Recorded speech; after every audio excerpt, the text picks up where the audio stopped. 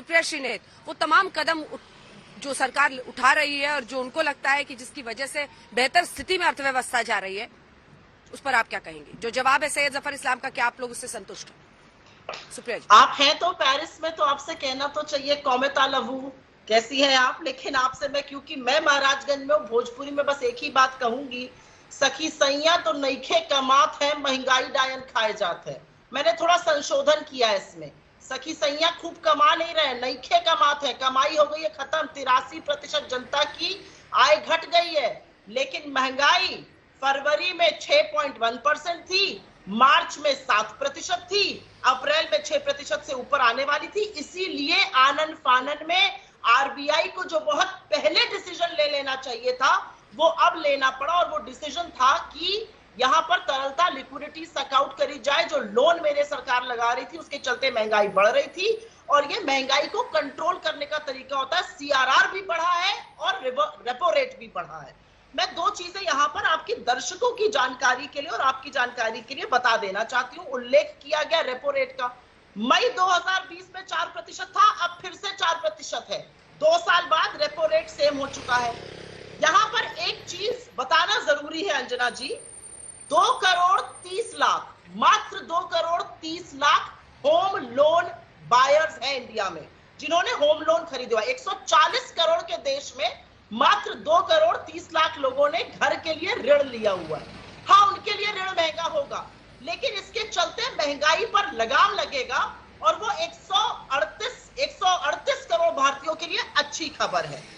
Bharatiya Janata party की आपने बात सुनी ही होगी, शेयर मार्केट की बात कर रहे थे। 140 करोड़ की जनता के बारे में बात नहीं करेंगे जो बेलगाम महंगाई सह कर रहा है, उस शेयर मार्केट की बात करेंगे जहां पर मात्र 3 करोड़ इन्वेस्टर है। ये इनकी प्राथमिकता है। एक डेटा आपकी जानकारी और आपके व्यूअर्स की जानकारी, बीच में मत बोलिए, आपके बीच में मैं नहीं बोली थी, ये क्या तरीका है आपके बीच में? जफर, आपने बाहर से ज्वाइन किया था, आप बीच में मत बोलिए। सुप्रिया जी, मैंने शेयर मार्केट शालीनता दिखाई। ठीक है, सुप्रिया जी वो बीच में नहीं बोल रहे हैं, वो बस बता रहे हैं कि शेयर मार्केट पर उन्होंने टिप्पणी नहीं की थी, मैंने भी नहीं सुना था, शेयर मार्केट का जिक्र उन्होंने नहीं किया था। बहरहाल आप अपनी बात पूरी कीजिए, बात पूरी कीजिए। बताती हूँ आपको, आपने शायद ना सुना हो, गलत बातें रहती है, लोगों को गुमराह करने के लिए इसलिए इस तरह की बातें करती है।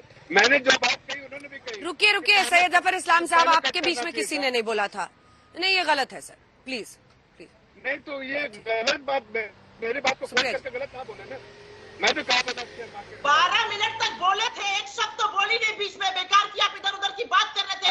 महंगाई पर जवाब देना नहीं जानते, बीच में मत बोलिए मेरे, ये क्या तरीका है? चुप कराइए उनको अंजना जी। आप जो गलत बातें मत बोलिए ना, आपको मैं बता रही हूँ, आपने मार्केट के बारे में बोला था। सैयद जफर इस्लाम साहब, सैयद जफर इस्लाम साहब, देखिए सर, एक तो आप कार में, आपका ऑडियो कट के आ रहा है, ऑडियो कट के आ रहा है सर, प्लीज उनको बात पूरी करने दीजिए, प्लीज। आपको टाइम मिलेगा इसके बाद, और जो पॉइंट आपको बोलना था आपने बोल दिया, आप सुनिए सर। सुप्रिया जी, हाँ, जब ये पहले वाली मॉनेटरी पॉलिसी की बात कर रहे थे ना, कि अभी मॉनेटरी पॉलिसी हुई थी अप्रैल में, उसी में अनाउंस कर देना चाहिए था, मार्केट तैयार था, वही शेयर मार्केट की बात कर रहे थे। क्या बेकार की बातें करते हैं, झूठ बोलते हैं यहाँ पर आकर। और किस एमपीसी की बात कर रहे थे आप? आपने कहा ना एमपीसी को अनाउंस कर देना चाहिए था अप्रैल में, मार्केट तैयार था, शेयर मार्केट की बात कर रहे थे आप। झूठ बोलते हैं यहाँ पे आके। बॉन्ड डील सबको पता है, किस बॉन्ड डील को आप कोट कर रहे हैं यहाँ पर आकर, छोड़िए उस बात को। 2014 से जब से मोदी सरकार आई है, ये सच है कि सारा डिबेट कहीं ना कहीं जाकर पेट्रोल और डीजल पर रुक जाता है, और उस पर भारतीय जनता पार्टी लगातार झूठ बोलती है, और बहुत बड़ा कारण है महंगाई का।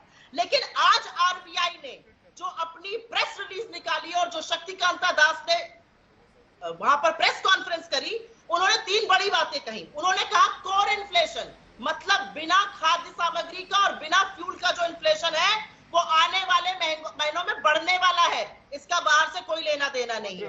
उन्होंने कहा हाई फ्रीक्वेंसी इंडिकेटर ये बताते हैं कि खाने का सामग्री का दाम बेतहाशा बढ़ने वाला है। उन्होंने ये भी बताया कि इन्फ्लेशनरी प्रेशर आने वाले दिनों में अक्यूट होगा, और इसलिए हम ये कदम उठा रहे हैं। मैं छोटी सी बात कह के अपनी बात समाप्त कर देती हूँ, आपके बाकी गेस्ट भी हैं। हर बार क्योंकि पेट्रोल डीजल पर ही बात हो जाती है, अन्य चीजों पर बात हो नहीं पाती है। आपको पता है, अगर आप बेस प्राइस से कैलकुलेट करिए तो पेट्रोल का दाम तो चलिए बढ़ा है 31.3% 2014 से, बेस प्राइस की बात कर रही हूँ। दूध बढ़ा है 40%, घी बढ़ा है 38%, सरसों का तेल 96%, रिफाइंड ऑयल 90%, प्याज 68%, अस्पताल में इलाज कराना की कीमत 55%, बस का किराया 54%, घर का किराया 50%। इस तरह से महंगाई बढ़ती जा रही है। और दुख की बात यह है कि इन सब चीजों का दाम कम नहीं होगा। कहीं ये आस तो लगती है कि चुनाव अगर कहीं होगा तो शायद पेट्रोल डीजल का दाम रोक दिया जाएगा, थाम दिया जाएगा, फिर बढ़ा दिया जाएगा।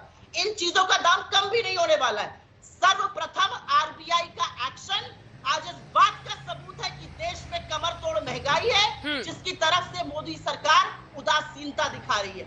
अब तो मानिए, अब तो आरबीआई कह रहा है, विपक्ष थोड़ी कह रहा है। ये आरबीआई का एक्शन बताता है कि महंगाई है। ठीक है, जल्दी से अब एक बार अतुल अंजान से कमेंट ले लेते हैं, फिर माधव जी आपके पास आ रही हूँ, फिर सबका जवाब दीजिएगा आप। सैयद जफर इस्लाम साहब, पूरा टाइम आपको मिलेगा। अतुल अंजान जी, सरकार कह रही है कि जो अंतर्राष्ट्रीय परिस्थितियां हैं, रूस यूक्रेन की जंग है, और ये दलील तो तमाम सरकारें देती आई हैं, तब भी दे रही थी जब आप भागीदार बन गए थे सरकार के लिए, कुछ समय के लिए ही सही।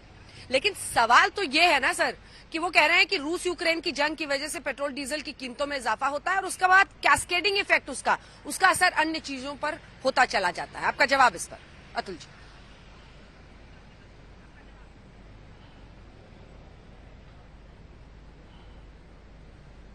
कितना लेते हैं क्रूड ऑयल? अपनी जरूरत का 2%, सिर्फ 2%। और आपने अभी सारे आंकड़े दिखा दिए कि महंगाई कितनी बढ़ी है, रिजर्व आरआर क्या है। आपने ये भी दिखा दिया कि एक नया तरीका हो गया है, दामों को बढ़ाओ और साथ साथ उसकी क्वालिटी और उसकी मात्रा को भी घटा दो। ये मोदी सरकार जब आई थी ना, पार्ले जी ग्लूकोज का बिस्कुट जो है छोटा वाला, वो 2 रुपए का था, आज 5 रुपए का हो गया, उसका वजन भी घट गया। दवाइयों की कीमत 55% आप कह रहे बढ़ाई, जीवन रक्षक औषधियों की दाम 107% बढ़ गई है। इस तरह की महंगाई अगर जबरदस्त है तो क्या करेंगे आप कह रहे जबरदस्त जीएसटी का कलेक्शन हो रहा है। कलेक्शन किस बात से हो रहा? आपकी लगातार महंगाई की दरों में इजाफा होने के कारण जो जरूरत की चीजें हैं सामान्य जन की, सरसों के तेल से लेकर के और बिस्कुट जो 2 रुपए का बच्चों को खिलाते हैं, उस पर आपने 5 रुपए रेट बढ़ाकर जीएसटी जो बटोरा है, उससे क्या हो रहा है? ये महंगाई अटूट है और इस पर जबरदस्त महंगाई है। लोगों की आमदनी कहां है? बेकारी कितनी जबरदस्त है। तेल के दामों के बारे में आप बता रहे हैं कि हम भी पार्टनर थे, तो ये तब क्या था? क्रूड ऑयल का दाम 140 रुपए पर बैरल था, और आज क्या हिसाब है? और एक समय तो ऐसा आया था, मैं प्रधानमंत्री की उस बात का आपको याद दिलाना चाहता हूं, बदकिस्मत लोग होते हैं तो क्रूड के ऑयल के दाम अंतर्राष्ट्रीय बाजार में बढ़ते हैं।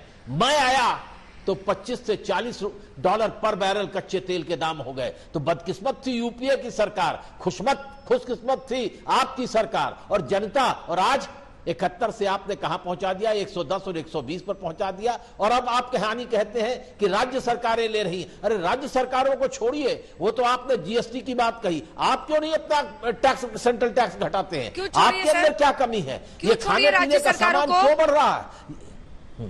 क्यों छोड़िए सर?